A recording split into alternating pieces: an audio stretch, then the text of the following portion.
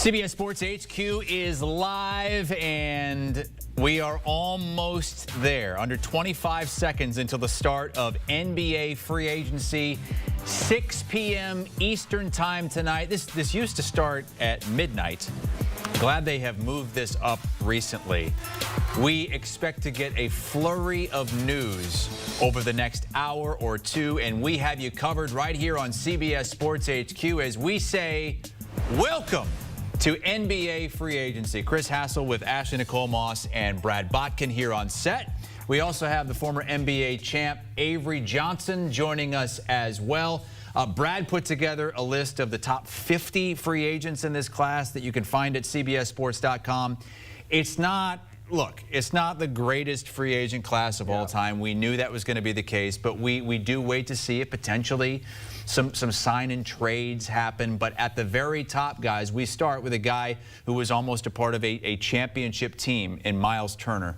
And, Coach, I thought that Ashley and Brad had an interesting conversation earlier on HQ about whether or not the Pacers are more apt to bring back Turner based on Halliburton's injury. One said, yeah, bring him back because he's injured. The other said, maybe you don't because he's injured. What do you think?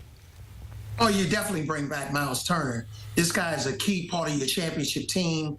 It's hard to really find centers with now championship and Eastern Conference experience. And I know the pick and roll with Halliburton is one of the things that created space for him, but they'll find a temporary solution to fill in for Halliburton while he's gone for the entire year. But this type of big man, is rare.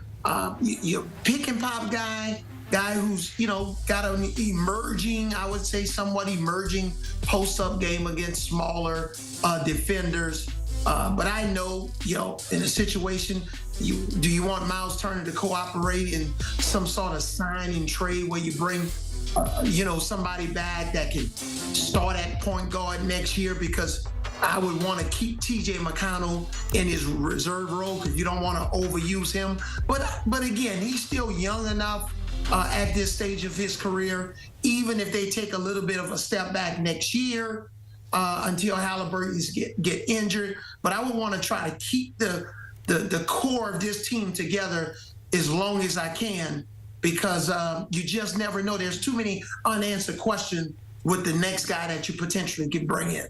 Yeah, I agree with everything that Coach said. And when Brad and I were having this conversation, that was kind of my stance, is that I feel like, and I feel this way about the Boston Celtics as well, is that Tatum gets hurt and now it's like a fire sale of doing what I think ultimately would have happened, and that was kind of changing what the team looked like because of how much money they were owed and the ownership, the new ownership buying this team and maybe not really wanting to dish out that much in terms of cash. But I think that you also want to keep the team somewhat similar to the team that your star left when he got hurt. And I don't think that too many changes will be beneficial to either the Pacers or the Celtics, but specifically talking about the Pacers now. I think Tyrese Halliburton, look, young enough, he's going to bounce back. It's only a matter of time. It may even be ahead of schedule. We're talking about someone who sustained this injury under the age of 30. And I think that you want to try to keep a team like this in a conference like the East that is wide open, that is constantly changing and constantly morphing into different front runners. You want to keep what works so well this postseason and this NBA Finals together for as long as possible, because as we know, it's hard to keep teams together. And if you're able to do that, then you want your star to be able to seamlessly kind of be integrated back into the team that he left when he unfortunately got hurt at the most devastating time possible. Yeah, we would all be shocked if Turner doesn't end up back with the Pacers. My argument would just be that it was 100% chance when Halliburton was healthy, because you know what you've got. You've got a finals team. If there was going to be a 1% chance that you think, you know what, Miles Turner's going to be on the north side of 30 when Halliburton comes back, maybe we can do something here, because next year probably is now a gap year. That's sort of the reality of it. But I think that's just for conversation's sake. They've had multiple opportunities throughout recent years to trade Miles Turner. He's been one of those names who has constantly been on the block, and they've never done it. So now to let him go for nothing, I don't think there's any chance that that happens. It just really stinks that when you finally land this blueprint of this stretch shooting big and this pace pushing point guard, and you've got all your pieces in place, and Halliburton goes down, there's no question it does change your equation, certainly for next year. It is after 6 o'clock now. Free agency officially underway in the NBA, and we'll be passing along any information that we get and reacting to breaking news and things that are transpiring. But we have not heard anything in the first 5 minutes or so of free agency. And you saw the screen there, the 2 and 3 ranked guys, according to Brad, are restricted free agents in Kuminga and Giddey. At number 5 is a player that we didn't expect necessarily to be there, and that's DeAndre Ayton. The Blazers buying him out, and reports out there that he could and may likely end up with the LA Lakers. But, Coach, what does that do for LA? Because we know there has always been a major question mark next to Ayton's name throughout his career. I think this will be a significant win for not only the Lakers, but for DeAndre Ayton. You know, DeAndre Ayton, I coached against him when he was at the University of Arizona, following him closely, you know, when he was with the Phoenix Suns, actually attended a couple of those NBA Finals games when they lost to Milwaukee. This was a kid that, when you get drafted number 1 in the NBA, no one expects a couple of years later that you're going to get bought out of your contract. I think he still has a lot to prove. I think he's been humbled in a major way. But when you have a chance to play with Luka Doncic and LeBron James, the consummate pro, LeBron James, multiple NBA championships, and obviously he's been to the NBA Finals twice as much. There's so much you can glean from his professionalism. But then you're playing with a guy in Luka Doncic who could very well be a future MVP multiple times, and a perennial All-Star, perennial first-team All-NBA player, just like LeBron James, with other key pieces around you. This could really, you know, provide upward mobility to his career and potentially try to get him back in the championship picture. But DeAndre Ayton, if the Lakers would sign him, he could easily be inserted into that starting lineup. And I think this would do wonders for his career, but also be not the missing piece, but a missing piece to help the Lakers get back to becoming a championship team. Yeah, it's interesting, right? Because DeAndre Ayton isn't like, if you had to draft or draw up your perfect center, it probably wouldn't be DeAndre Ayton. But as Brad has been saying, and everyone has kind of been saying in this space, it's a very thin market right now, and you gotta kind of take what's available. But the importance of a center is so directly in line with really getting the most out of Luka. He plays at his best when he has a big man with him, and that's what one of the benefits of Dallas was, is that he had not one but two in Gafford and Lively. So the Lakers really need to figure out how to land him a big man of a certain caliber. Now, obviously, there are better big men in the history of the NBA or currently in the NBA than DeAndre Ayton, but I would say for what's available, he is the best that there is. You lose Dorian Finney-Smith, he's more than likely going to the Houston Rockets. That's what the word is. It hasn't been solidified yet. But I do think that it could be a situation where,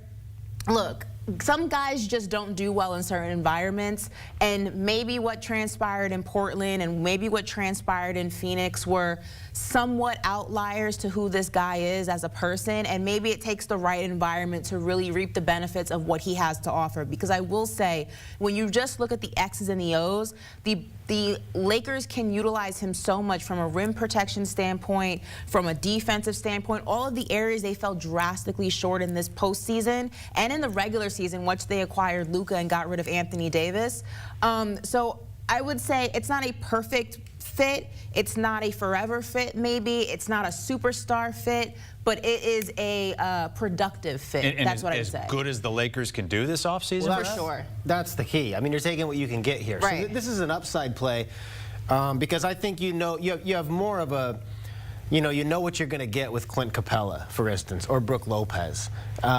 But perhaps, and let's not make it like DeAndre Ayton is, you know, in his 3rd year and has all this ceiling ahead of him. He's going into his 8th season. It's up there. Pretty much is what he is. Right. You know, so to think he's going to come in nearly a decade into his career and be something different than he has been, we're all still kind of dining on that sprint that he had with the Suns in the postseason when Chris Paul brought the most out of him. And he had stretches in Portland. Look, you're looking at what he's about a 14-10 guy. He had moments for Portland. And so you're looking at that, can we get him into an environment, Ashley talks about this, with Luka and with LeBron and with some expectations and that veteran leadership and get some structure around him in that way? Can we extract more out of him than we've seen in the last couple of years? It is not going to be an all-star level. To Ashley's point, it might not be the forever fit, but the Lakers are desperate. Bottom line, they have to have a center. And before this, we were talking about Brook Lopez, Clint Capella. Again, I think those are a more stable play. But DeAndre Ayton, perhaps, there's more variability. DeAndre Ayton could be a bust if you sign him. You know what you're getting with Capella. But if he comes in and he thrives in the environment with Luka and LeBron, it's an upside play. We're 10 minutes into free agency. Are we surprised that there hasn't been anything that has happened to this point? It's a slow grind, Chris. It's a slow and steady Come on, grind. let's go. We only got 50 more minutes. We've been counting down to this thing for days. We're talking to LA Lakers right now, and LeBron James, obviously, he was at the top of the potential free agent list, but we knew that he wasn't going to actually become a free agent. He opts in to the last year of his contract. Raise your hand, and Avery, you can join us as well. Raise your hand if you think LeBron James is going to play for the Lakers this upcoming season. All right, so everybody agrees LeBron James is not going to be traded, okay? But here's a question, because I've heard from each of you, and you kind of have different answers on this. How many more years will LeBron play in the NBA, and how many years will that be for the Lakers? Coach, you can lead us off. LeBron James is going to play 2 more years in the NBA, 1 more year with the Lakers. I think this year is very important, independent of the, you know, remember what he said, it's not always about ring chasing. You know, that's overdrawn. You know, this is about playing with his son, guys. You know, it's not about rings for him anymore. He has enough rings as it relates to this season. This season is family focused. This is an opportunity for him to play, his son to play 10 minutes a game and be on the floor with his dad more than 20 plus games this season and not spend as much time in the G League. So again, LeBron James will play 1 more year with the Lakers, have a great time. I believe this will be a swan song with LA. And then LeBron James is going to find a new home next year. His son at that point may or may not be with the Lakers. Who knows if they'll trade him to wherever team LeBron lands. But I think LeBron James next year probably is going to be more focused on winning a championship year in his final year. But I don't believe this year is his last year. I think his final year is this year. I think that this is his last year with the Lakers, and I think this is his last year in the NBA. I think that the writing is on the wall from a multitude of different angles.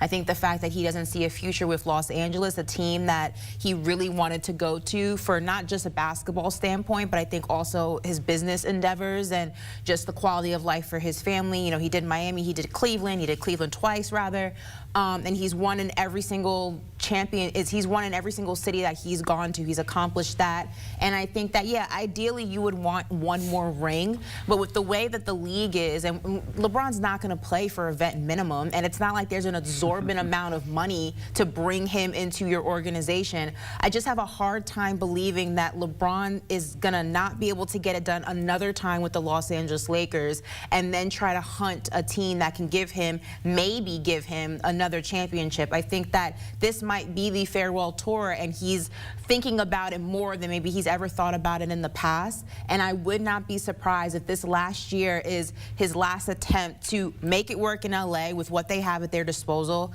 Also make sure that Bronny has a smooth transition. He's going to have more NBA time than he did last season or this past season. Yeah, Avery was saying earlier he thinks he'll be a rotational player. He'll definitely have more of a spot in the rotation. Would not be surprised if he was fully in the rotation and not a two-way guy. I think there's a lot of other factors into LeBron's mindset when it came to opting in for this. And I think that, look, beneficially from a money standpoint, it helps the Lakers that he did not sign a long-term deal. And the fact that this is the first time in his career that he has gone into an offseason without a long-term deal and has opted in for just one more season, I think says a lot. And I think the writing may be on the wall more than people want to maybe accept. Yeah, one thing that I am most confident in saying is he's not going to play for the Lakers next year.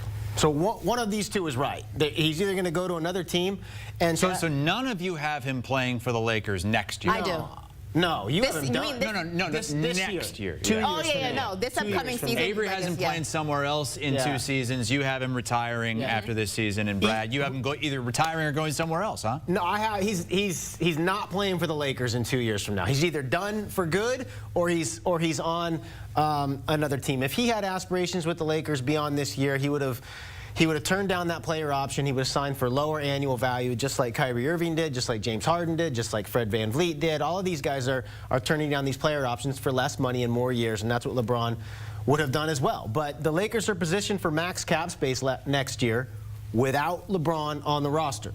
To Ashley's point, if he's going to go somewhere, we talk about all these teams that will be lining up for LeBron next year. Is he going to go play for a mid-level exception?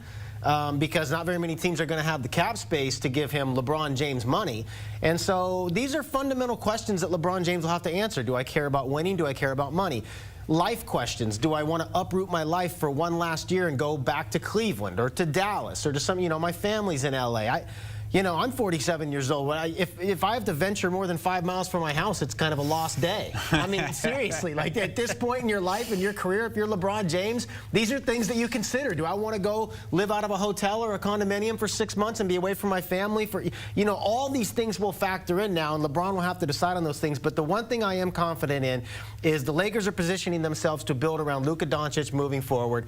They have max cap space next year if LeBron is not on the roster. He didn't opt out and sign a long-term deal. Read the tea leaves here. He's not going to be playing for the Lakers in 2 years. Whether that means he goes to another team or retires after this year. If he's going to retire to Ashley's point after this year, we better start looking out for the facts. I just dated myself, but the farewell tour, he's not going out without an announced formal farewell tour. That's what I'm thinking, so if he's going out this year, we better be getting that memo real soon. For sure, but also think about it. LeBron's been part of the Lakers now, since 2018?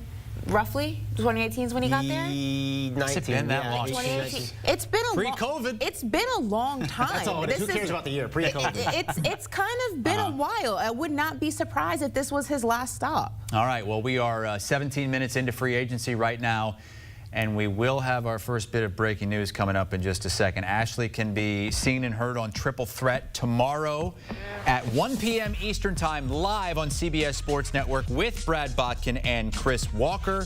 And if you miss any episode, including that one, you can find it on our CBS Sports YouTube page. We've got breaking news coming up on the other side.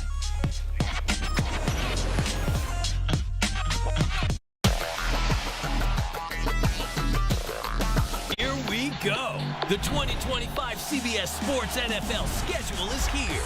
18 glorious Sundays. He's got his receiver touchdown. Filled with rematches. Oh, the play of the year. And rivalries. Touchdown, Bengals. Plus, plenty of superstar showdowns. And an epic matchup between the Chiefs and Cowboys on Thanksgiving. Clear your Sundays beginning September 7th for the NFL on CBS and Paramount Plus. Someone targeted our daughter. What are we going to do about it? I've got an idea. Let's go.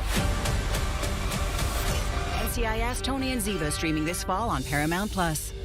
One of the best movies of the year is now streaming on Paramount Plus. What are we dealing with here? There's a hostage situation. Get the crew in. It's gripping from beginning to end. We can't make one mistake. September 5, now streaming on Paramount Plus. The most original musical ever is now streaming on Paramount Plus. I'm just giving the people what they want. Better Man absolutely sizzles from start to finish. Better Man, now streaming on Paramount Plus. This is Chicago. Street's always gonna have a villain. To protect the city, we have to do something. Women It's time to get to work. The Shot, new season streaming May 16th, only on the Paramount Plus with Showtime plan. These are the voyages of the Patrick Starship Enterprise. Where's the sponge? Weird dream. Whether you like SpongeBob, Star Trek, or both, find your mountain on Paramount Plus. Hi. Novocaine? Novocaine! Novocaine is now streaming on Paramount Plus. You're gonna love this. Oh, you're strong! It's wildly entertaining and an absolute blast. I'm in. Novocaine, rated R, now streaming on Paramount Plus. I wasn't ready to die. The wait is over. I need to know what happened. Discover the mystery everyone's been talking about. School Spirits, every episode of all seasons now streaming on Paramount Plus.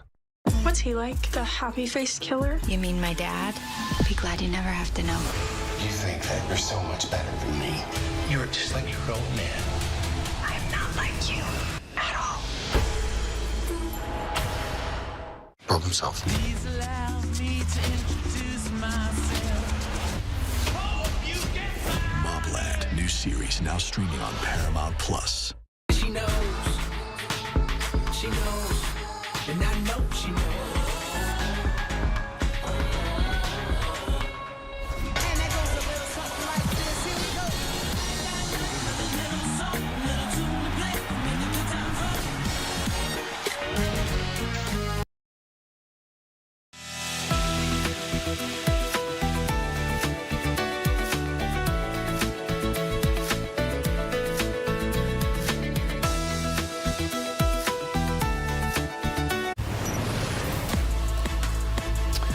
Got some breaking news in the NBA. It's not a free agency signing, but the Grizzlies proactively keeping Jaren Jackson from hitting free agency down the road. He is expected to sign a 5-year, $240 million extension with the Grizzlies, according to ESPN. It's the most money he can make. Not technically an NBA max, but the most money he could possibly make. Averaged 18.5 points, 5.5 rebounds for Memphis last season, and look at this, only Brook Lopez has more seasons with 100+ blocks and 100+ threes, and Jaren Jackson has been in the league for 7 years. 4 of those 7 seasons have ended like that.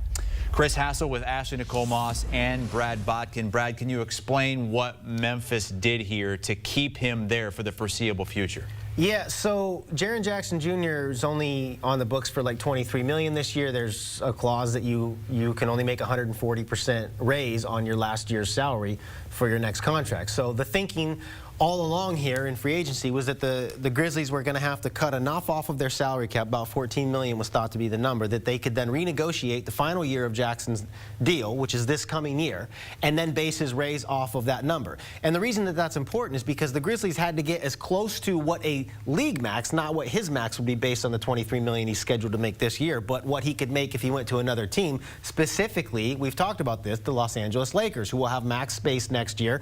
And there was that threat hanging over the Grizzlies. If we don't get him up to close enough to a max number that he's happy to lock in with us, he could go to free agency next year, and the Lakers will have actual max cap space to give to him. So they get ahead of it. Kind of the strange thing here is it's one of the ways we were thinking that they would be able to cut some salary this year to renegotiate Jackson's contract would be with Santi Aldama. But then now we're getting news that Santi's back with the Grizzlies, and so they keep two really good players. The bottom line here is they get ahead of this looming threat that Jackson could leave in free agency next year. They solidify a Defensive Player of the Year candidate, one of the better big men in the league, who would have just been salivating to pair with Luka Doncic. And I can't stress enough how big that threat was for the Grizzlies to get this done. If they don't get this done and the Lakers go into next season with max cap space and a chance to play with Luka Doncic, it's over. He's going to the Lakers. So they had to get this done. They got it done. And we'll see if they're able to trim some salary now moving forward. But the key is they got him locked in.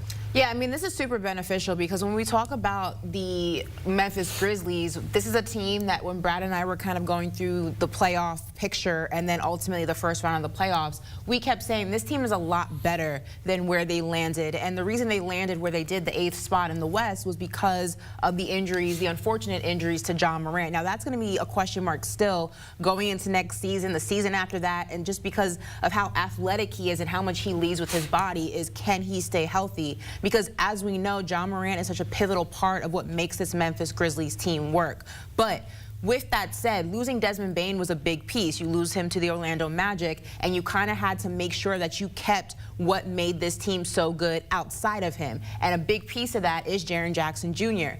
Like Brad said, Defensive Player of the Year candidate, I believe 2023 DPO-wise. So this is a guy who brings a lot to the table. And when you have him and Ja Morant both healthy, both on the court at the same time, this is a team that's a lot better in the Western Conference than we saw this postseason. Again, the biggest part of this equation is, can Ja Morant stay healthy? If he can, this is absolutely a playoff team. This is a team that you don't want to see in a 7-game series. They play quick, they play physical, and they're all the attributes you want in a young team. And this is a team that I was actually very high on a few seasons ago, and they've kind of faltered a little bit from that image that I had in my head once upon a time about them. But again, it goes back to Ja Morant. But this was a great move for the Memphis Grizzlies to retain a player like this. Yeah, you kind of thought the Memphis was on that same track as the Timberwolves with a young superstar in OKC too, where you would see them breaking through at this point. It just hasn't happened yet. They did, Brad, as you mentioned, make another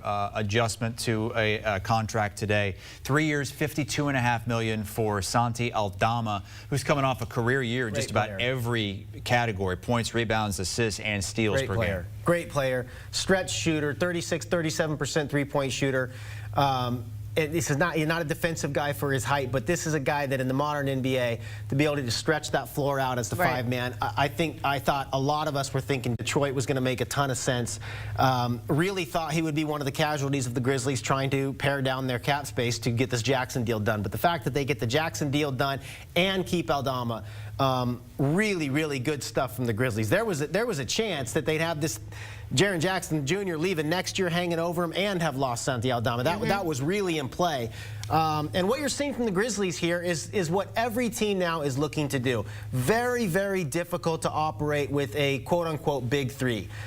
You've got to realistically decide who that third guy is. You know, Bradley Beal in Phoenix. We're going to talk about maybe Mikal Bridges with the Knicks. If you have your top two guys, that third guy, and whether you can afford to pay him max money. You look at the Denver Nuggets with Michael Porter Jr. Okay, Murray and Jokic are your guys, but now when you're paying Michael Porter Jr. $200 million, very limiting in terms of what you can do with the depth of your roster. That third guy has to really be worth it if you're going to keep that big three blueprint in place. And Memphis, I think, smartly got off the big three for more depth. Cole Anthony came over from Orlando. The word is now that he could be bought out. He's a guy that could be traded into cap space with Brooklyn, maybe with a pick to incentivize them so that they can keep, probably end up trading John Conchar. But that's in the weeds here a little bit, but these moves that they're going to be able to make to keep trimming salary while keeping Aldama and Jackson, really successful so far from the Grizzlies. We are having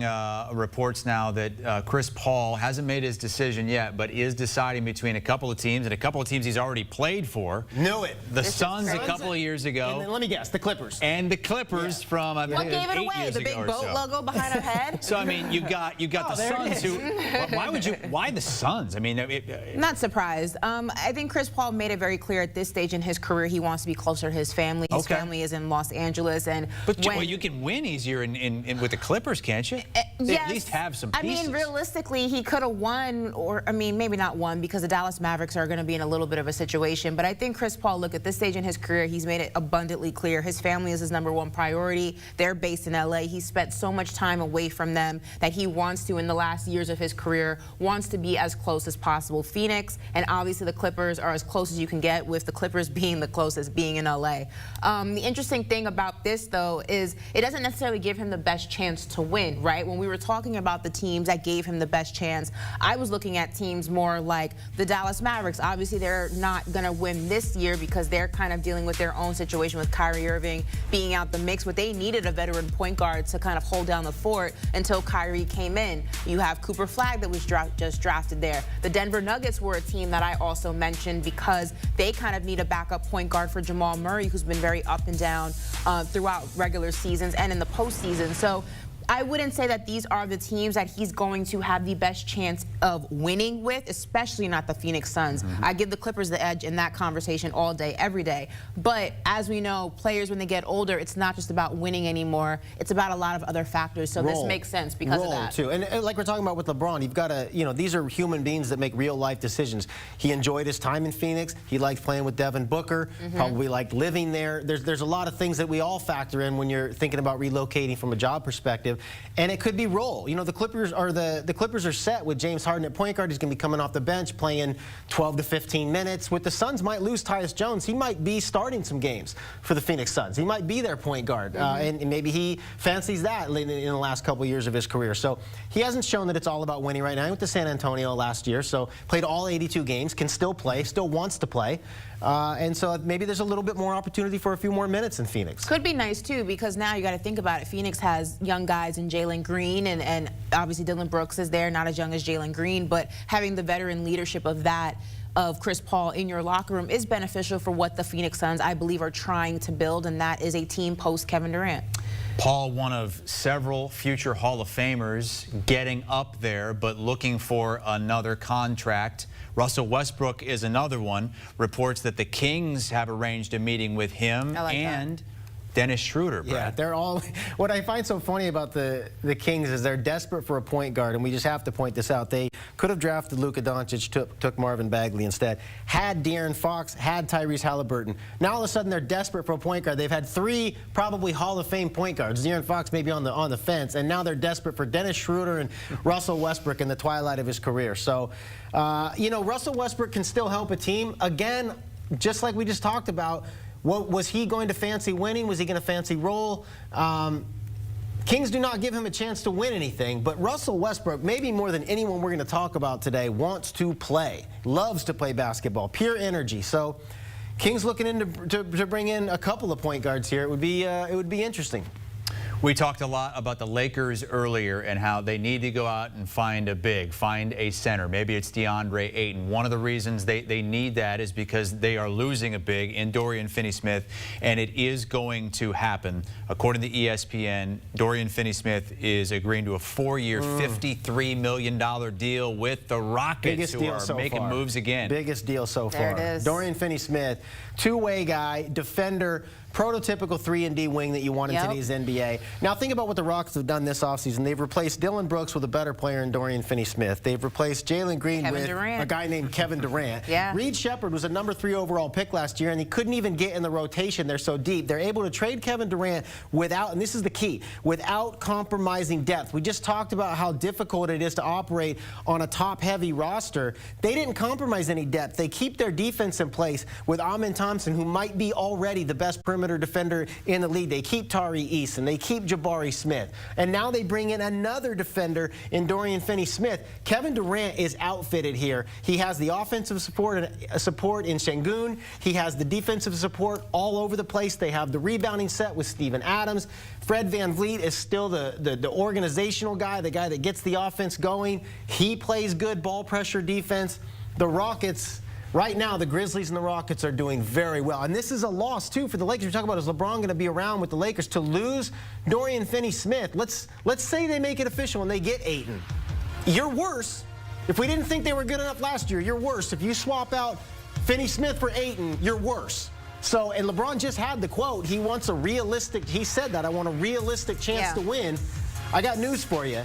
You swap out Finney-Smith for Ayton, you got worse. Yeah, Finney-Smith is a great pickup. And to Brad's point, the thing that's most impressive about what the Houston Rockets are doing and have been doing is that they haven't had to compromise what made them so good last season. One of the reasons why I was very apprehensive about Kevin Durant going to the Rockets and the Rockets even in negotiating with the Phoenix Suns was because I said, how much is it going to require to get Kevin Durant? Yes, he's of a particular age. Yes, he's had substantial injury history, but it's still Kevin Durant. And when he's healthy, he's top 10 in the league. So if you have to blow up your entire team to get him, that is counterproductive for what the Houston Rockets are building and what they have built. And that is a young team that has so much promise. And the fact that they were able to get a KD caliber player, and not a KD caliber player, but Kevin Durant himself, with just what they were able to give with Jalen Green and Dylan Brooks and the pick, was absolutely insane to me. And then you add a player like Finney Smith, who everything Brad said is spot on.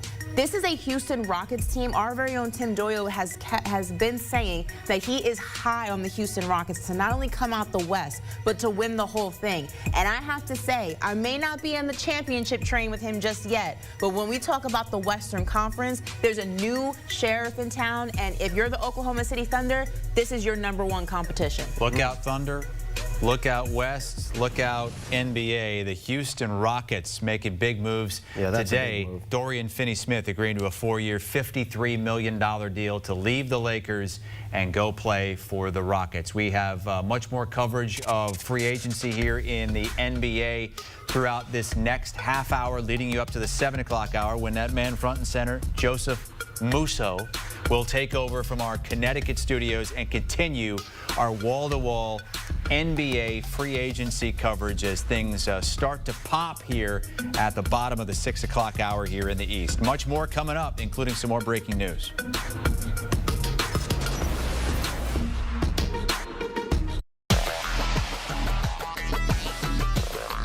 Here we go.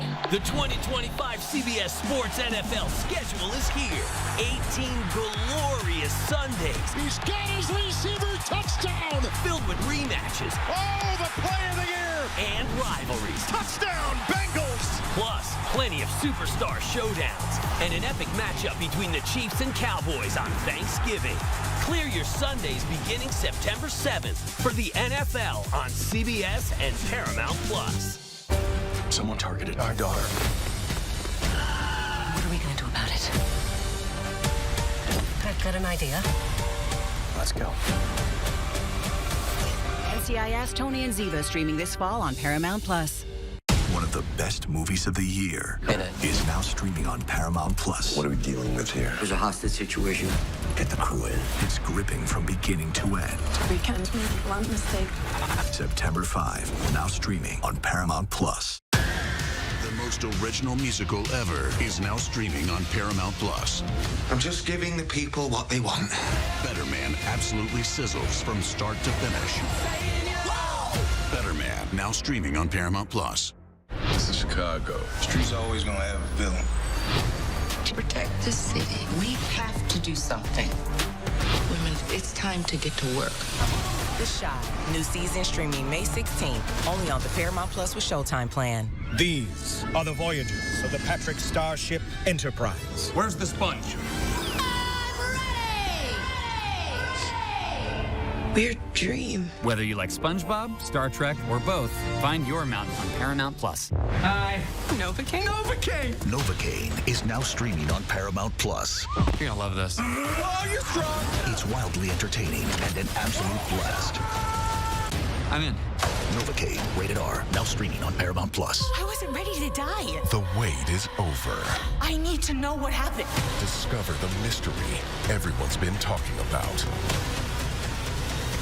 School Spirits, every episode of all seasons now streaming on Paramount Plus.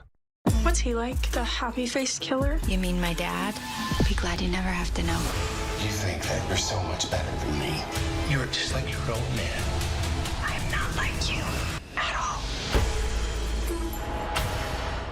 Problem solved. Please allow me to introduce myself.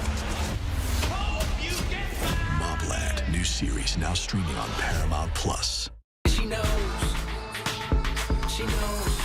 and I know she knows.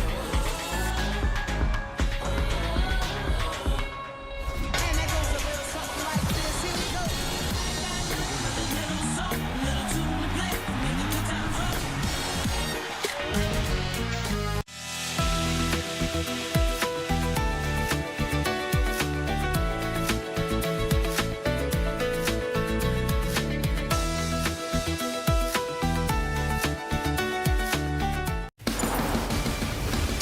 Got your HQ headlines, beginning with the big trade in the NFL. Jonathan Jones reporting that Miami is sending Jalen Ramsey to Pittsburgh for all-pro safety Minkah Fitzpatrick. Ramsey and the Finns in the midst of a contract dispute. He's been on the trade block for a while, and they mutually agreed to part ways back in April. The trade is also going to send tight end Jonnu Smith to the Steelers. A look at the full trade details, with Pittsburgh receiving Ramsey, Smith, and a second-round pick in the year 27, 2 years from now. Smith will be signing a one-year, $12 million extension as part of that deal. Miami, meantime, acquiring Fitzpatrick and a fifth-round pick in that 2027 NFL draft.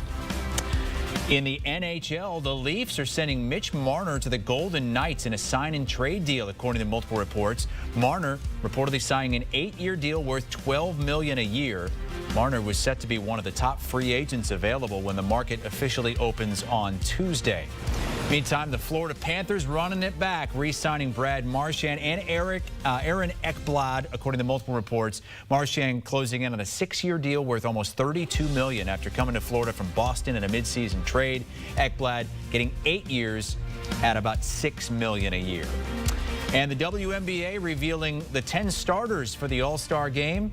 Caitlin Clark and Nafisa Collier voted as captains. That was announced yesterday, and now we know the other 8 starters, including Wings rookie Paige Beckers, Aces star Asia Wilson, and Liberty duo Sabrina Ionescu and Brianna Stewart. Much more coming up as we cover NBA free agency. What do the Bucks do with Giannis? DeAndre Ayton to the Lakers. Is that all LA can do to get LeBron another title? And what do the Celtics do without Jason Tatum next season? All that and more coming up.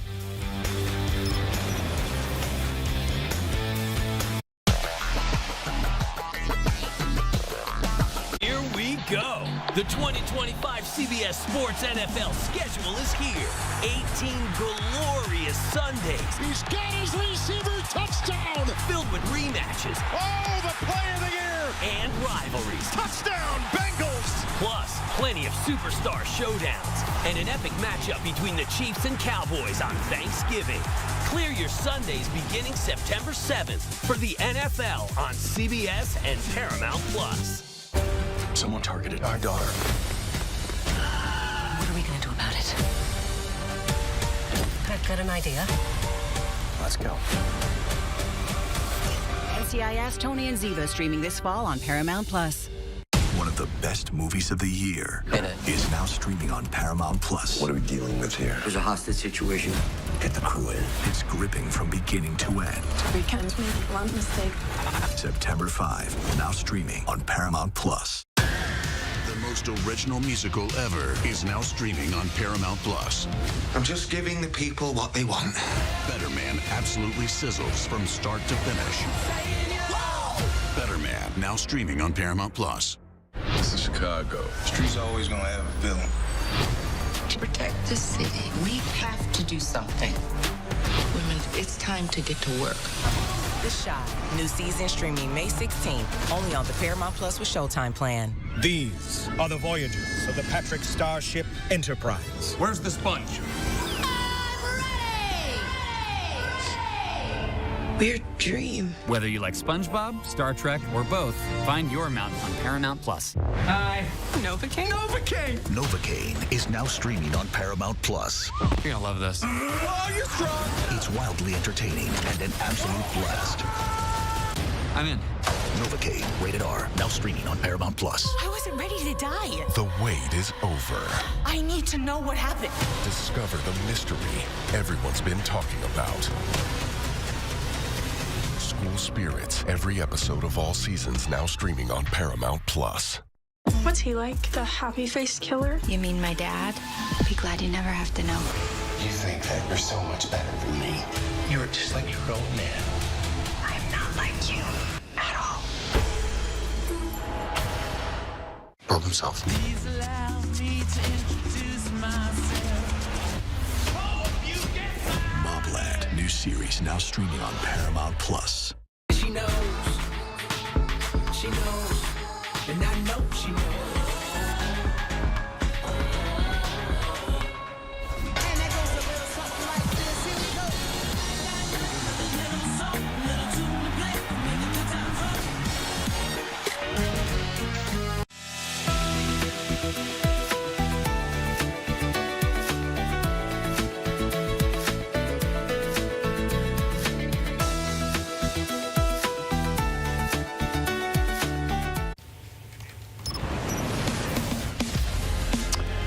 Two of our top 5 players available in free agency are centers. Miles Turner ranked number 1, Brad Botkin at CBSSports.com, DeAndre Ayton at number 5. There are some super vets who are also available. Brook Lopez, Al Horford, they've been part of a championship team over the last 5 years.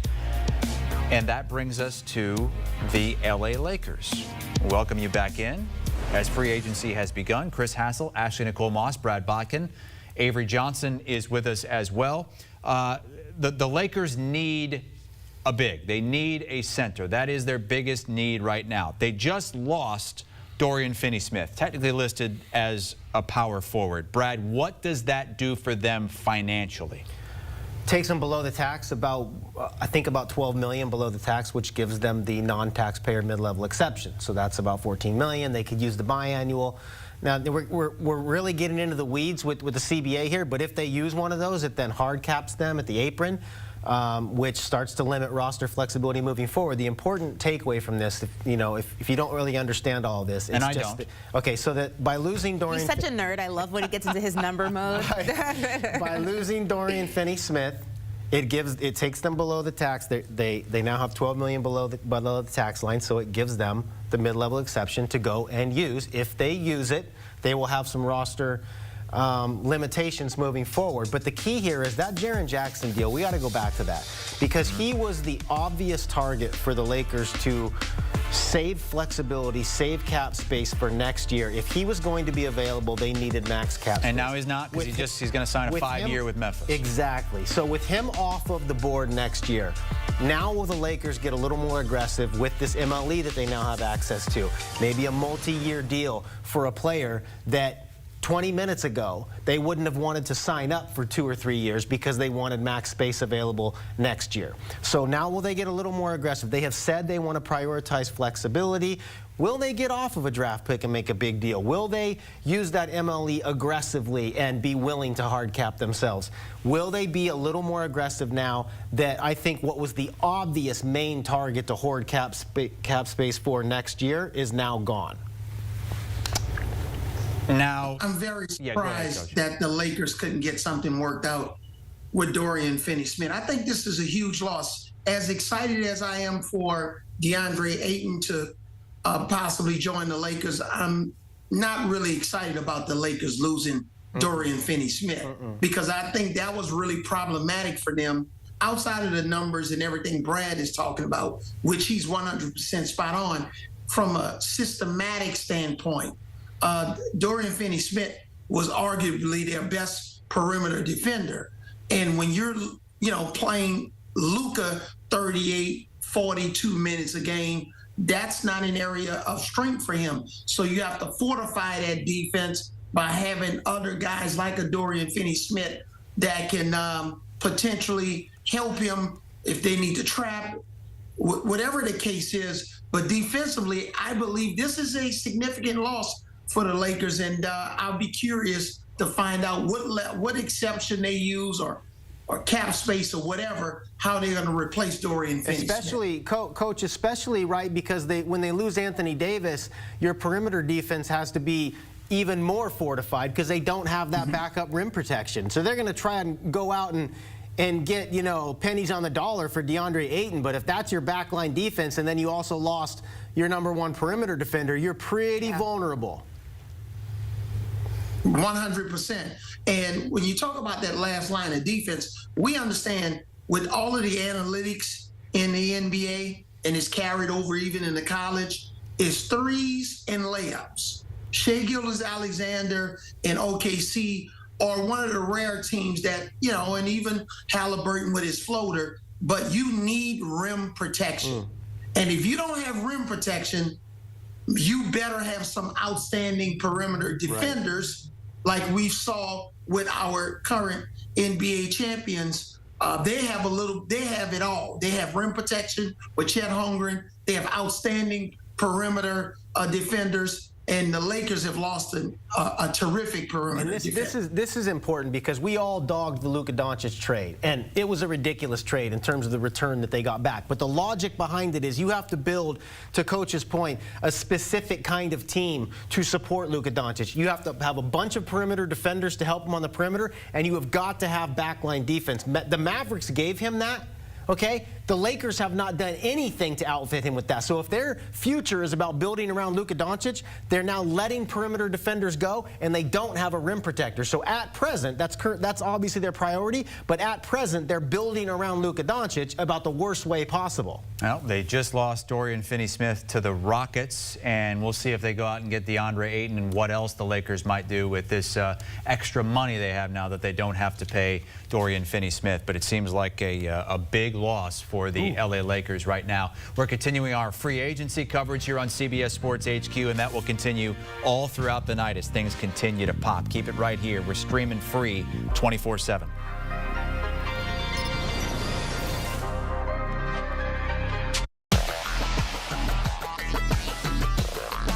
Here we go. The 2025 CBS Sports NFL schedule is here.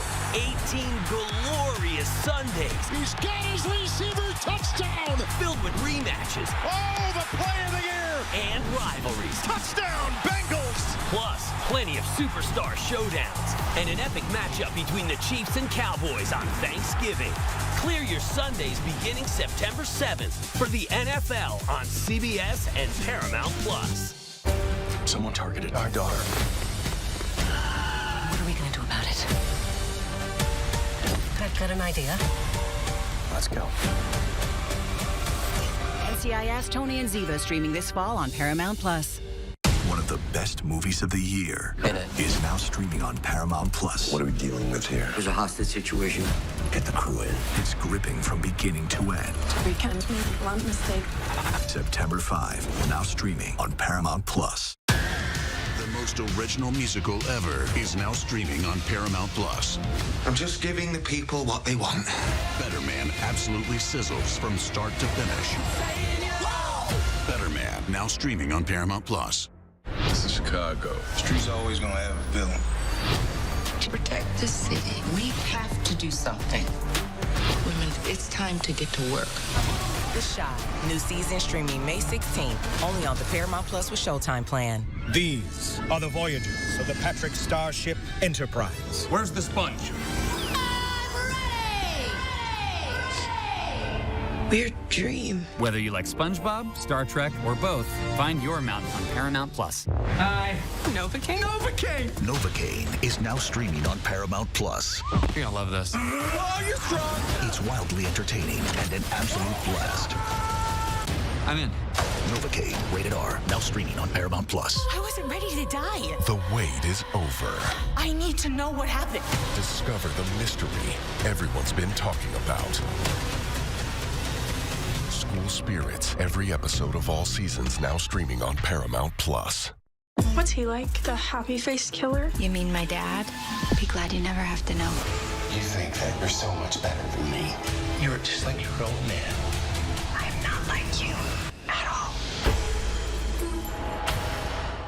Broke himself. Please allow me to introduce myself.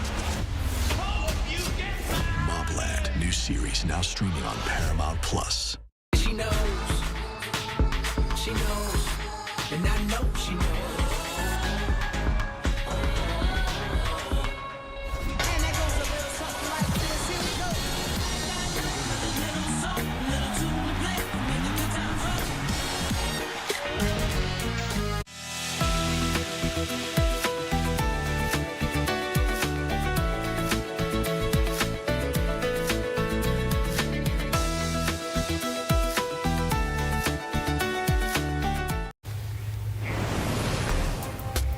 All right, welcome back to our free agency special here. Chris Hassel, Ashley Nicole Moss, Brad Botkin. Milwaukee Bucks, how do you convince Giannis, who would be a free agent 2 years from now. How do you convince him that Milwaukee is your place to stay? It's going to be hard. No Damian Lillard next season and a very thin roster outside of Dame and Giannis. Yes, you have Kuzma there. Didn't really amount to what maybe the Bucks thought when they brought him into the equation. They don't have a lot of capital. It's not a very sexy destination for players right now, even with Giannis being there, top 3 in MVP contention.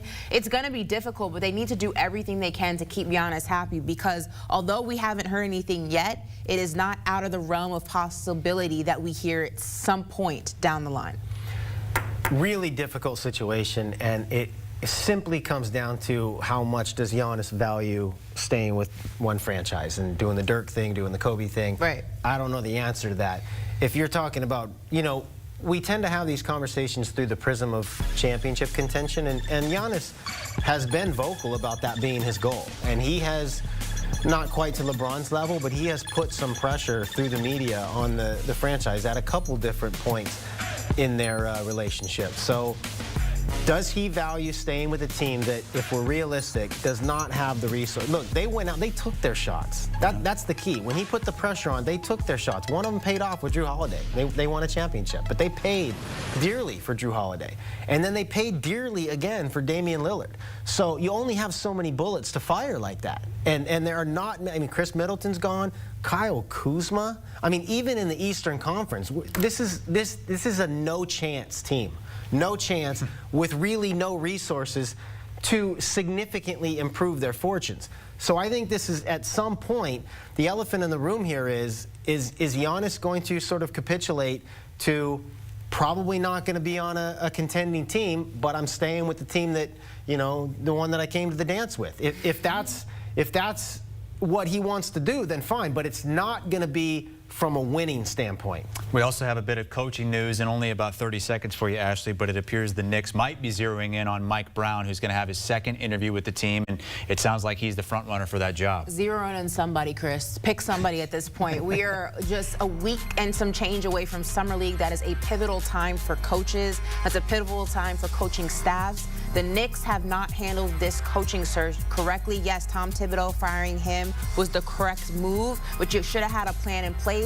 Not having a plan in place, not having a coach at this stage in the season is definitely not the way you want to do things. I think Mike Brown would be great. He got the short end of the stick in Sacramento. Bring him on in. If you like him enough for a second interview, just hire the man. Pick somebody. Get something done.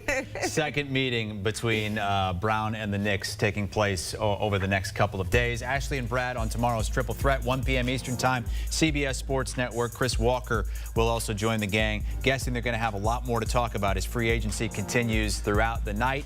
Our Connecticut studio taking over at the top of the 7 p.m. hour. Joe Musso, Sam Quinn, and many more. For Ashley Nicole Moss and Brad Botkin, I'm Chris Hassel. Thanks for watching.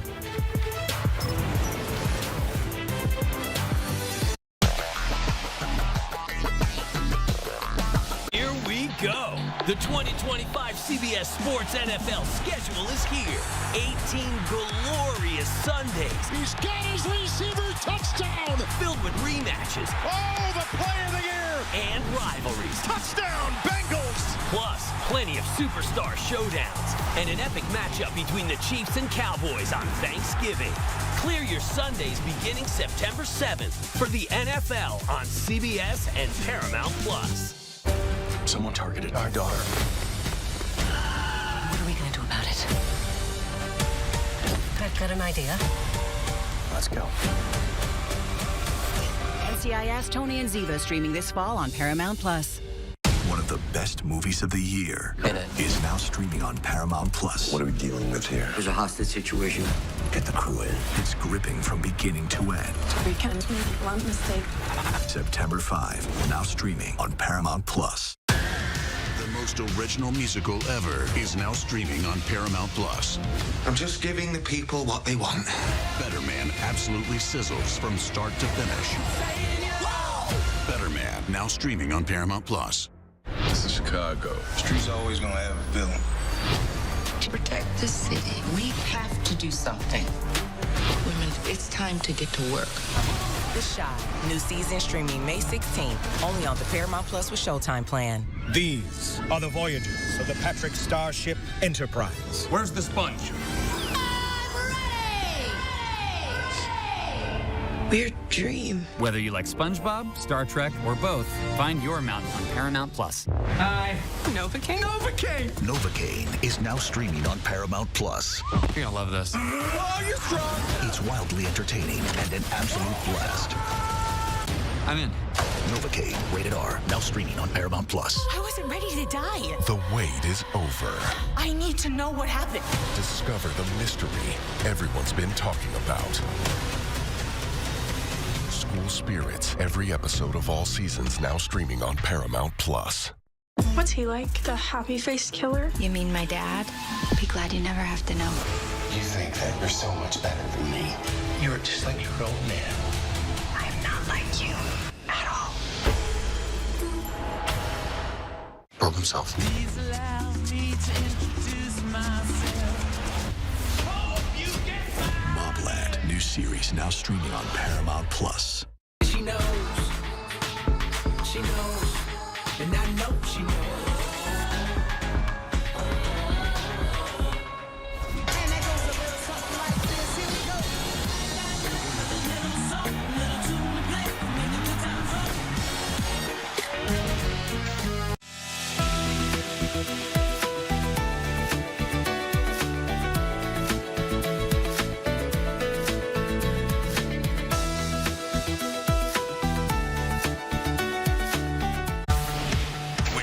Sports news all the time. We've got breaking news to bring to you. CBS Sports HQ gives you a snapshot of all the sports that matter to you. Big news coming out of the NFL. A lot of movement in the rankings this week. With highlights. What a finish at the final round of play. And in-depth analysis. Can they three-peat? Tony Romo joins the conversation. What can you say about this game? When you need your sports in a snap, we're bringing you that breaking news right here on HQ. Find it on CBS Sports HQ. Streaming free anywhere you are. The sports world never sleeps. And neither do we. Catch up with Brandon and Zach on the Morning Buzz Monday through Friday at 9 a.m. Eastern Time on CBS Sports HQ. The Morning Buzz brings you the latest storylines and highlights with expert analysis to get you dialed in. So grab your coffee and kickstart your day off right with the Morning Buzz only on CBS Sports HQ.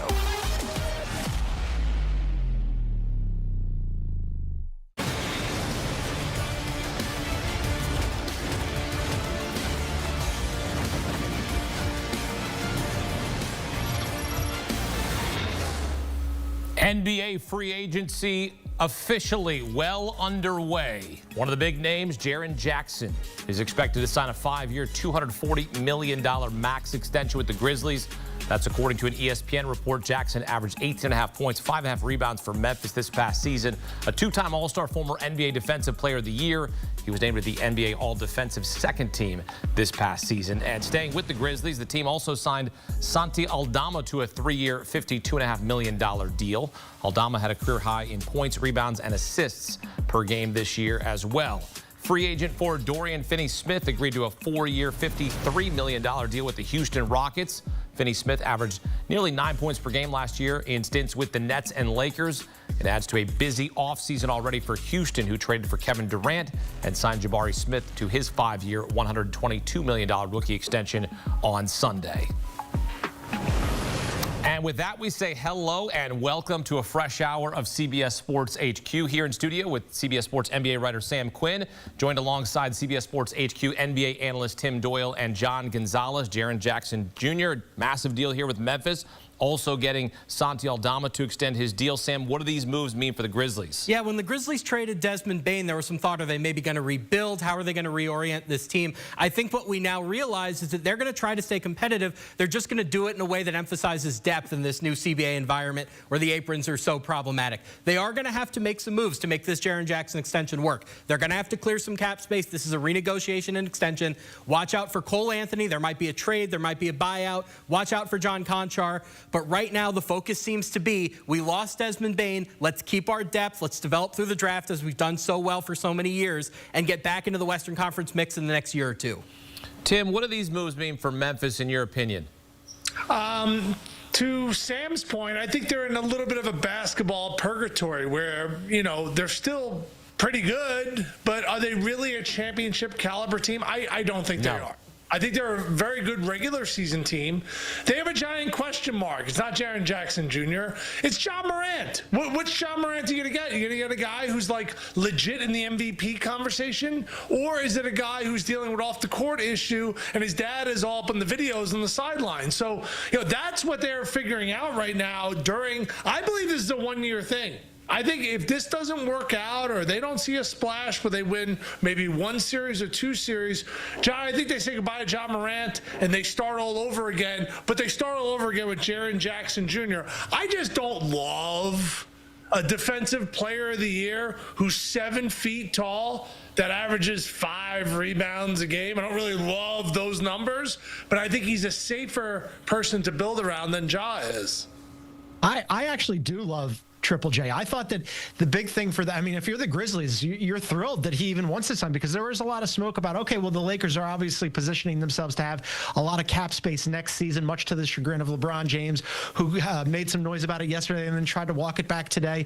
But that would have been a fantastic pairing of Luka and Triple J. And last year, Jaren Jackson Jr. was easily the Grizzlies' best player. Now, as Tim mentioned, this has a lot to do with John Morant, because John Morant is hyper dynamic, but what makes John Morant so good is also a sort of a detriment to having John Morant, in that he plays 100 miles an hour at all times. And with that body frame, he's been only intermittently available for the Grizzlies, frequently out of the lineup because of a malady of injuries, not just last season, but his entire career. So I think Tim is onto something there about like, what can you really be with John Morant? But if I'm the Grizzlies, yeah, I'm thrilled to lock down Triple J, and I'm thrilled to have Santi Aldama too, because there were a lot of teams that would have been interested in Santi, a 7-foot center who can run the floor and do a lot of things for you. So yes, it doesn't make the Grizzlies contenders necessarily in the Western Conference, but there's so many teams in that Western Conference beyond Oklahoma City and the Rockets that are just going to be really good quality professional basketball teams, and I think the Grizzlies are one of those.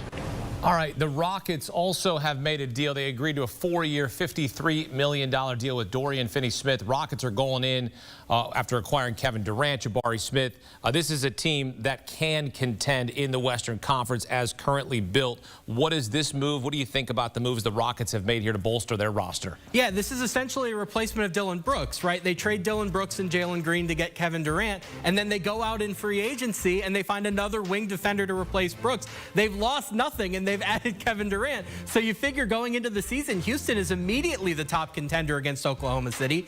And, with all of their youth, with Amen Thompson ascending, with Reed Shepherd maybe getting into the rotation, giving them some shooting moving forward, they're in a great spot to contend, not just this year, but for the foreseeable future. John, when you look at DFS, is that a move that pops for you? Oh, I love this. I think he fits in perfectly. Sam just nailed it. But I think that the Rockets, what they've done this offseason has been brilliant. I was one of the people, Hakeem, who was saying, hey, they were the 2 seed last year. Maybe they don't need to make any moves. It's kind of like an OKC starter kit. They've got this young core. They're cost controlled. They've got all these draft picks. Maybe they should just wait until the trade deadline. I was an idiot. I love this. I'm glad that they took the swing on KD, and now they add Dorian Finney-Smith, who fits in seamlessly because he's 3 and D, just like basically everybody on the team. There are going to be some lineups, Hakeem, where they have Kevin Durant on the floor, and Kevin Durant is like maybe the worst defender that they have out there, because they add Dorian Finney-Smith to a team that has Amen Thompson and Jabari Smith, who they extended, and Tari Eason, who I'm a big fan of. The casuals might not realize how good he is. Cam Whitmore, way down at the end of the bench, he's fantastic. I mean, just on and on down the roster, they are loaded again. And on top of that, when they went and got KD, they addressed one of their main problems, which is that they didn't have a closer. Maybe they add some more shooting here. Everybody can always use shooting. But, moving on from Jalen Green, who is a bucket but super inconsistent, and then moving on from Dillon Brooks and then replacing them with KD and Dorian Finney-Smith, full marks here. This team right now, Oklahoma City is going to be the favorite, no doubt about it, in the Western Conference, but I don't think the Rockets are very far off.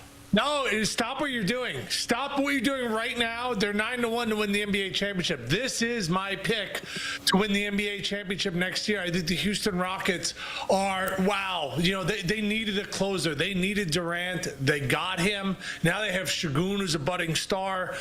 Thompson's a guy who's getting better every single day. Fred VanVleet has been through the wars, but now he's appropriately your 4th or 5th best player. That's when Fred VanVleet is at his best. And now you get in a guy who's, won a lot of games. I'm shocked Luka Doncic let this guy out of the Lakers facility because he loved playing with him in Dallas, then playing with him in LA.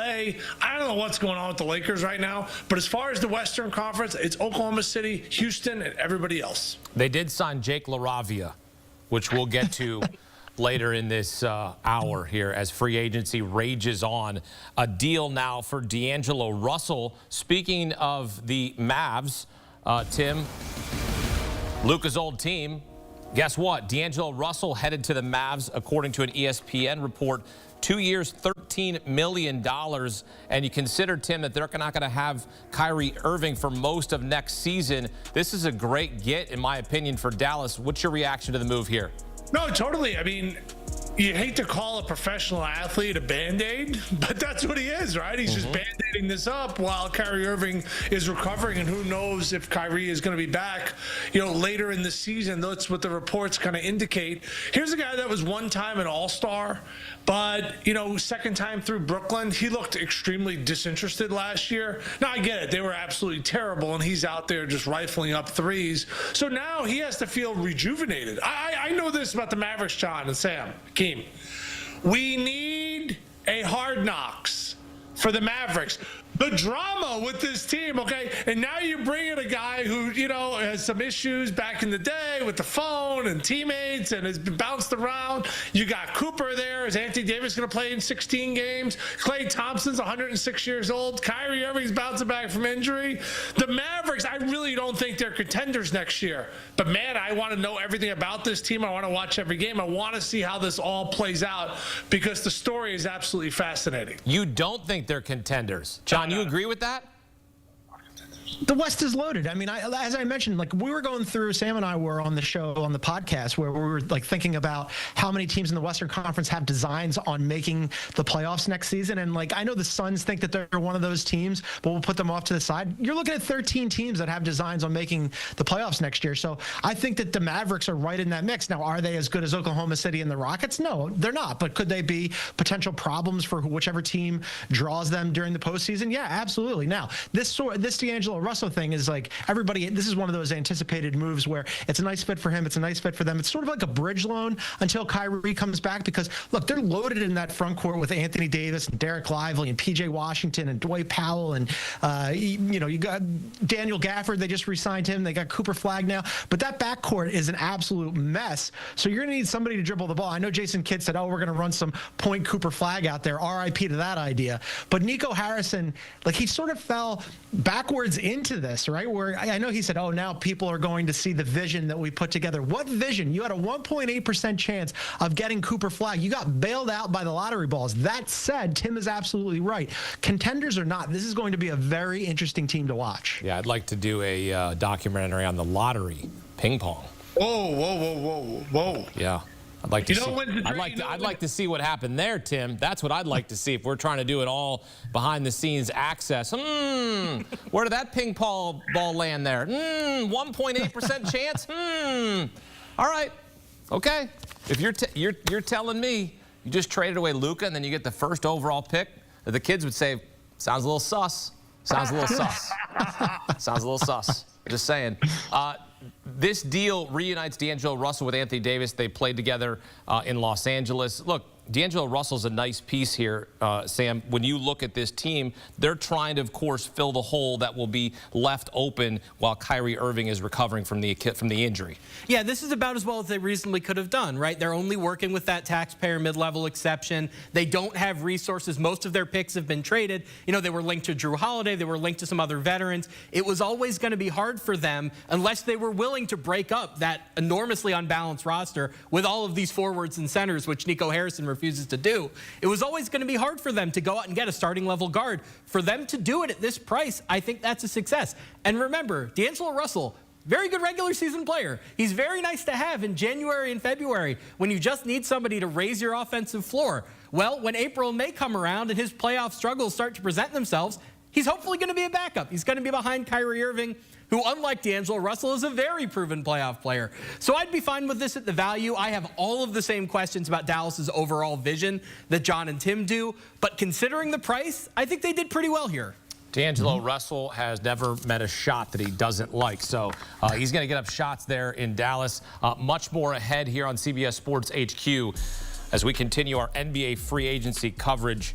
And you take a look at the names D'Angelo Russell's alongside 1,500 threes, 3,000 assists before turning age 30. Russell, Curry, Harden, and Lillard going into their age 29 season. Again, D'Angelo Russell, a 2-year deal with the Dallas Mavericks, a reported $13 million.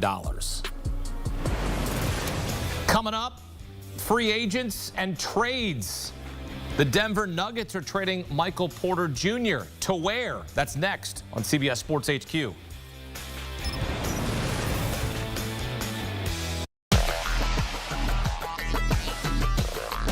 Here we go. The 2025 CBS Sports NFL schedule is here. 18 glorious Sundays. He's got his receiver touchdown. Filled with rematches. Oh, the play of the year. And rivalries. Touchdown, Bengals. Plus, plenty of superstar showdowns. And an epic matchup between the Chiefs and Cowboys on Thanksgiving. Clear your Sundays beginning September 7th for the NFL on CBS and Paramount Plus. Someone targeted our daughter. What are we going to do about it? I've got an idea. Let's go. NCIS, Tony and Ziva streaming this fall on Paramount Plus. One of the best movies of the year is now streaming on Paramount Plus. What are we dealing with here? There's a hostage situation. Get the crew in. It's gripping from beginning to end. We can't make one mistake. September 5, now streaming on Paramount Plus. The most original musical ever is now streaming on Paramount Plus. I'm just giving the people what they want. Better Man absolutely sizzles from start to finish. Better Man, now streaming on Paramount Plus. This is Chicago. The street's always gonna have a villain. To protect the city, we have to do something. Women, it's time to get to work. The Shot. New season streaming May 16th. Only on the Paramount Plus with Showtime plan. These are the voyages of the Patrick Starship Enterprise. Where's the sponge? Weird dream. Whether you like SpongeBob, Star Trek, or both, find your mountain on Paramount Plus. Hi. Novocaine? Novocaine! Novocaine is now streaming on Paramount Plus. You're gonna love this. Oh, you're strong! It's wildly entertaining and an absolute blast. I'm in. Novocaine, rated R, now streaming on Paramount Plus. I wasn't ready to die. The wait is over. I need to know what happened. Discover the mystery everyone's been talking about. School Spirits, every episode of all seasons now streaming on Paramount Plus. What's he like? The happy-faced killer? You mean my dad? Be glad you never have to know. You think that you're so much better than me. You're just like your old man. I'm not like you at all. Broke himself. Please allow me to introduce myself. Mobland, new series now streaming on Paramount Plus. She knows, and I know she knows. And that goes a little something like this. Here we go. Little something, little tune to play, make a good time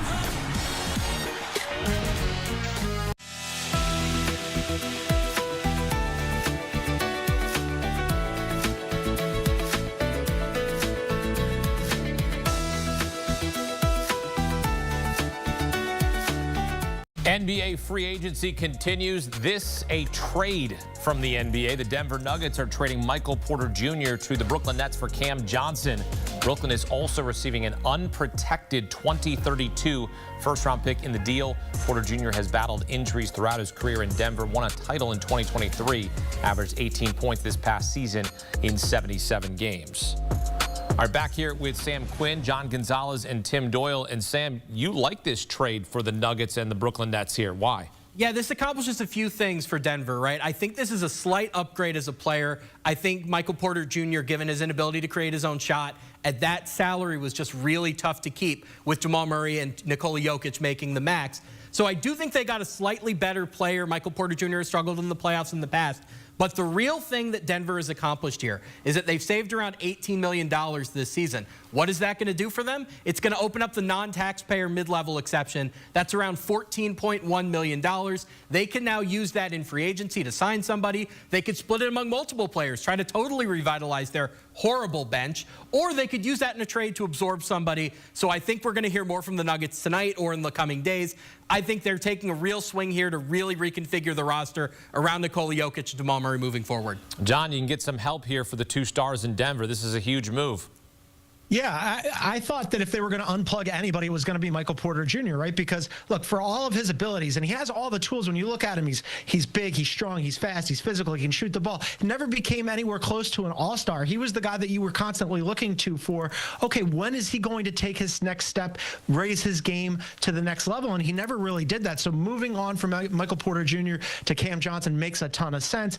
Now you slide him into that starting unit with Joker and Jamal Murray and Aaron Gordon and Christian Brown. As Sam mentioned, this opens up some opportunities for them to fix that bench, which, you know, who knows if they're going to lose Russell Westbrook. When they were relying on Russell Westbrook last year, you knew that things got a little dicey. I mean, Joker can do a lot of different things, including making Russell Westbrook really relevant for your team. But beyond that, they've got Julian Strawther and Peyton Watson, not great, right? So right before we came on air, Sam was mentioning some players like Luke Kennard and Bruce Brown who might be good fits. Bruce Brown to return to the Denver Nuggets. It looks like there's a report that Bruce Brown has in fact signed a 1-year deal to go back to Denver. So that makes it pretty interesting, right? I mean, he's a seamless fit for them. He already knows the organization. He knows Joker and Jamal Murray, and he's immediately a boost for that bench, which was disastrous for them last year beyond Russell Westbrook.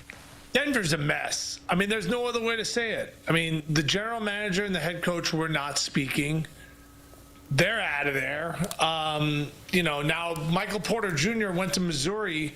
The Kroenke family, Josh played basketball at Missouri. They loved this guy. Like, he was like almost untouchable. But if you watched him against OKC in 7 games, he averaged 7 points and shot 25% from 3. He ended up being like a terrible weak link for Denver. Great in the regular season, 18 points a game, 50% from the field, 40% from 3. But this is about like playing in the playoffs and being actually a really valuable player. Now, Cam Johnson has playoff experience, albeit a short one with Brooklyn, more so with his time before in Phoenix. He seems like he fits. Let's not forget, Denver gave OKC all they could handle in a 7-game series. They are still a threat out west. They just need to kind of find their identity. Like, who's Jamal Murray? Is he 15 points a game? Is he 18 points a game? Or is he 22 points a game? He rides that roller coaster a lot. Joker needs consistency from his teammates. He's being consistent. But how many more years is Game going to keep doing this? I don't know, 2 more, 3 more? I mean, the numbers he is putting up is actually like, it's insane how good he is. He just doesn't have a whole lot of help around them. Well, that's sort of a theme around the NBA. You have a star or 2 stars, but they need some more help. We saw that didn't work in Phoenix, and of course, they moved Kevin Durant. Look, you have a similar situation right now in terms of what you're doing in Dallas. Like, what are you going to do there? As we've heard Tim kind of question what they're going to be doing. Of course, they're dealing with injury. But you look, as you heard John Sam mention, that they are agreeing to a deal with Bruce Brown, who comes back. He was part of that championship team. That is a nice piece for your bench. Yeah, that's a huge get for them, right? He checks so many boxes. He can be your backup ball handler, do a little bit of point guard stuff. Great corner 3-point shooter, not so much around the rest of the arc. Very good on-ball defender, at least he was when he was in Denver. The last few years have been tough. There have been injuries, but I think he's going to fit in seamlessly, and they should be able to add more talent around him if they can totally revitalize this bench, right? Every year, we say it's the same story with the Nuggets. They're great when Nikola Jokic is on the floor. They're terrible when he rests. If they can just get up to competent on the bench, you feel pretty good about where they are, considering they already pushed the Thunder to 7 games. I'm curious what you think about Josh Kroenke's comments a week ago about having to be forced to trade Nikola Jokic because of the second apron restrictions. And a lot of NBA fans go, okay, I don't want to hear about the second apron. That's your problem. Figure it out. But was Kroenke perhaps sending a message to the NBA about the restrictions as why he might have to trade away his superstar? Now, remember, they did duck the second apron last year, right? They let Kentavious Caldwell-Pope sign with the Magic. They're not going to be a second apron team this year. If you use that non-tax mid-level, you're hard capped at the first apron. So their luxury tax bill is going to go down as a result of this trade. I don't think they're thinking that the cap is going to force them to trade Nikola Jokic. I think what they're worried about is that they're so were so top-heavy before this trade that if they couldn't build a bench and they kept losing in the first or the second round of the playoffs, Nikola Jokic was going to force a trade, right? He's 2 years away from free agency. He's extension eligible this offseason. They had to figure out the roster around him to make sure that he signed that extension. I think what they've done today is a good start. John, I think those comments were outrageous, though. Yeah, I mean, there were. I have a hard time believing that they'd move on from Nikola Jokic, but I do think that his underlying point about the new CBA and the different aprons, number one, it's difficult for the casual fan to access all the things that it's hyper complicated. Sam, who's sitting right next to you, is really good with this stuff. I think that the rest of us who pay attention to all of it are pretty good at it, right? The casual NBA fan, it can be awfully inaccessible to go, oh God, I got to dig into all of these things and the minutia of what the NBA has created here. The underlying point, though, I think, of what Adam Silver and the league have tried to create, though, is, I think, on net pretty good, because we're looking at now our 7th straight new NBA champion without a repeat, right? We'll see whether or not Oklahoma City can change that next year. But even they are setting up their future for a year where they're going to have to pay Chet Holmgren and Jalen Williams, and probably they only have 1 year left of Isaiah Hartenstein, which is why they drafted a big in this past draft, because they're anticipating having to say goodbye to him, which he was a critical point and a piece of them winning the NBA championship this year, and they're already planning for a future without him. I like the parity personally. I like the fact that when we were talking about all the teams in the Western Conference, you got 2 at the very top with Oklahoma City and Houston, but a whole bunch of others that could be in the mix and could potentially spoil the party for them. So while I understand why Kroenke is a little bit frustrated, for the league as a whole, I think it's pretty healthy. Yeah, and if you look at the Eastern Conference, with Halliburton being hurt, Jason Tatum being hurt, your favorites right now in the East are the Cleveland Cavaliers, and I think rightfully so. The problem with them in the last postseason was everybody was hurt. And now the Knicks the Knicks have to find a coach. I think that's kind of important to your team. Once they do that, then they're going to be able to move forward. But their roster is still going to be really competitive in the Eastern Conference. I think the West has better teams, but the East is so wide open. As far as Bruce Brown, he just fits with this squad. So it makes a lot of sense. He's a great cutter. He's a wonderful athlete. Does not shoot the three extremely well, but he's physical. He's tough. And Jokic likes playing with him. He never recaptured those numbers that he had in Denver because, some people are just like, I work better. I'm not going to name names, right, with Hakeem Dermish. I don't love working with, a Chris Hassel. When I work with a Chris Hassel, it just doesn't team me up the same way. So, I'm Bruce Brown, Hakeem is Jokic, and that's why we're here together. Wow. Appreciate that love. Let me throw it right back to you. Would you say that these moves signify that Denver is going all in?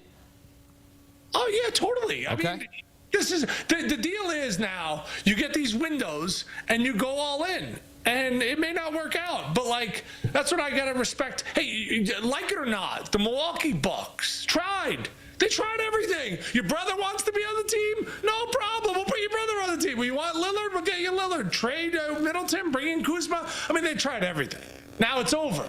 Now what do? Now you have Giannis. It's whoa, because they're not contenders. They're still a good regular season team, but they're not contenders to win a championship. So, their window's shut. So, I think Giannis is going to have to look in the mirror and be like, all right, do I want to go somewhere and really compete? And which team is that good? That's what LeBron is doing right now, Hakeem.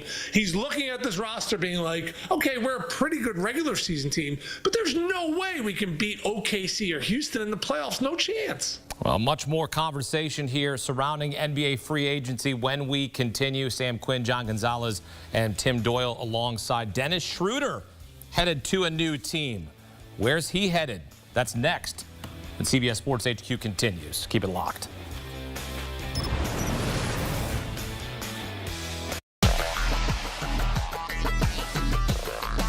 Here we go. The 2025 CBS Sports NFL schedule is here. 18 glorious Sundays. He's got his receiver touchdown. Filled with rematches. Oh, the play of the year. And rivalries. Touchdown, Bengals. Plus, plenty of superstar showdowns and an epic matchup between the Chiefs and Cowboys on Thanksgiving. Clear your Sundays beginning September 7th for the